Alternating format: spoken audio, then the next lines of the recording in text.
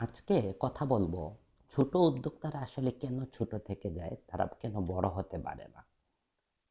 দেখেন, আমাদের প্রত্যেকের স্বপ্ন আছে যে আমাদের বিজনেসটা অনেক বড় হবে, এরকম অনেক স্বপ্ন দেখি, কিন্তু এই স্বপ্নগুলো কিন্তু আমরাই নষ্ট করি। কিভাবে নষ্ট করি আজকে সেইটা একটু বলি। সর্বপ্রথম, আমরা নিজের হাতে সব কিছু করতে চাই। Design, content, marketing, product sourcing, product delivery দেয়া, প্যাকেজিং করা, সব কিছু আমরা একা করে ফেলতে চাই। আমরা মনে করি আমরা একা সব কিছু করে ফেলতে পারবো, কিন্তু সত্যি কথা যেইটা, আপনি যখন একা সব কিছু করতে যাচ্ছেন তখন আপনার উপর অনেক বড় একটা চাপ চলে আসতেছে। তখন কিন্তু আপনি কোনো কাজই ঠিকভাবে করতে পারছেন না। আর ঠিক এই কারণেই কাজগুলোকে শুরু থেকেই ভাগ ভাগ করে দেওয়া উচিত। আমি বলছি না যে আপনি আহ, শুরু থেকেই কাউকে টাকা দিয়ে আপনি সব কিছু করাবেন, তা না।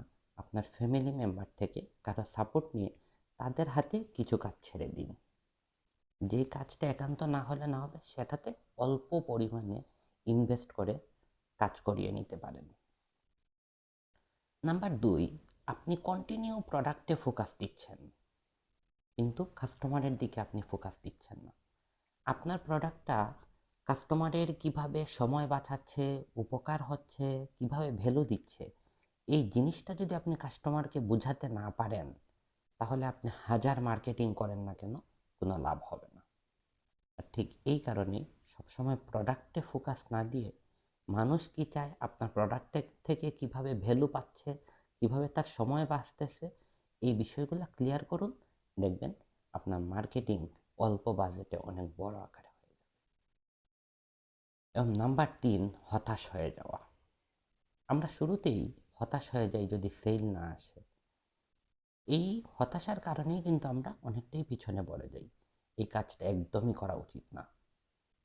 শুরুতে সেল আসবে না, স্বাভাবিক ব্যাপার এইটা। যদি চলে আসে সেইটা অস্বাভাবিক, কারণ এটা আপনাকে পরিচিতি করাচ্ছে, তো এটা অস্বাভাবিক। তো শুরুতে কখনোই সেলের আশা করবেন না। শুরুতে আপনি বাকি সব কিছুর দিকে ফোকাস করুন। দেখবেন ধীরে ধীরে আপনার বিজনেসটা অনেক বড় হয়ে যাবে, আপনি নিজেও কল্পনা করতে পারবেন। তো এই 3টা জায়গাকে ঠিক করুন, দেখবেন আপনার বিজনেসটাও বড় হবে ইনশাল্লাহ। ধন্যবাদ।